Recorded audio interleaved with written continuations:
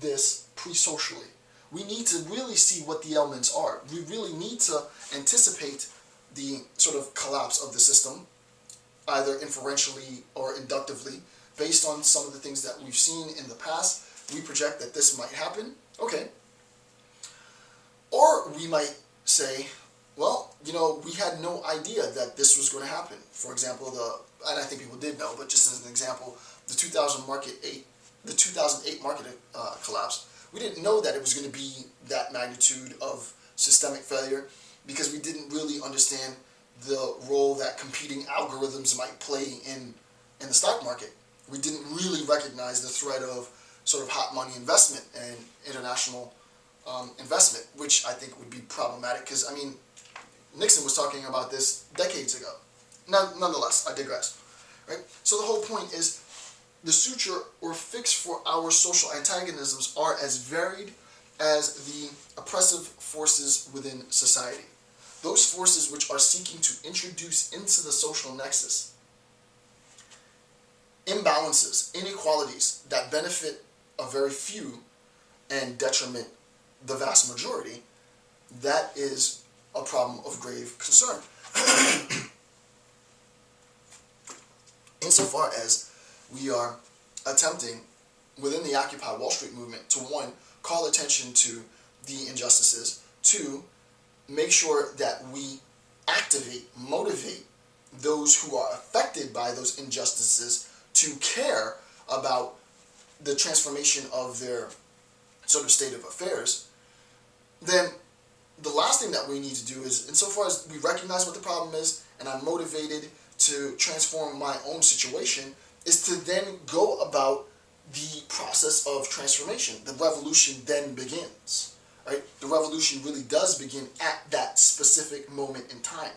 Right? When I see the oppressive force that is holding me down, and I care enough, I'm affected enough by that oppressive force that I want to, as Freire says, uncross my arms and participate. I can't do that unless I know what it is that's holding me down. This is where it's important, and this is absolutely, absolutely critical. In previous times, it might have been the case that the suture, the fix for the movement, was union representation because it was wholesale abuse of workers' rights, so that it really was a labor movement, or that it really was a workers' movement. In Occupy Wall Street, it isn't just one movement. So once we identify the diversity within Occupy Wall Street, we have to recognize that each individual participant, each occupier, is going to be motivated to transform different aspects of their social nexus. Because the labor movement doesn't affect me, obviously. It doesn't affect me. I have a job. So why the hell are you in Occupy if you have a job? Because other aspects of the movement have touched me, and I recognize that insofar as I care, I'm motivated by the transformation that's possible. I now have a desire to help the movement along, help the movement get to the point of actual social transformation.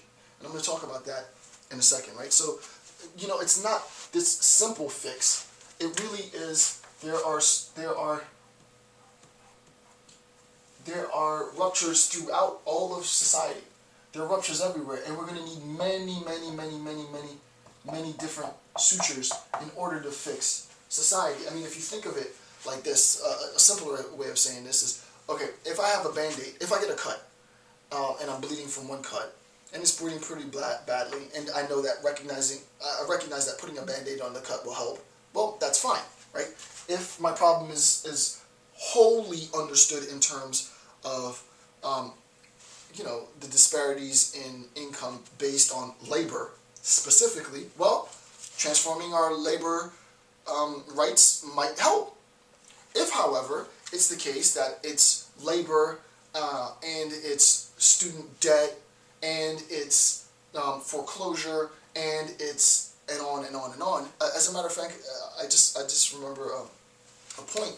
I remember I went to Occupy Fort Lauderdale, and a kid was protesting at Occupy Fort Lauderdale, and he basically said, listen, I am the next generation of student, and he has a human right to education. And he recognizes the systemic failure in the institution already. He recognizes that the system is built up to fail him. It's not a labor movement that he's arguing against, right? He's not saying that labor is going to fit. He has no concern. He's not even employed. He's 16 years old. So why is he as a 16-year-old at Occupy? Because he recognizes, how could it be possible that I at 16 and all of these grown men and women at their age with all of their training and all of the knowledge that they've amassed, I can see the systemic inequality in the educational system and they can't. Right? So with respect to that aspect, let's say this aspect is the EDU, and let's say this has to do with money, and this has to do with homes, and on and on and on. Well, this is what I do. Education is what I do.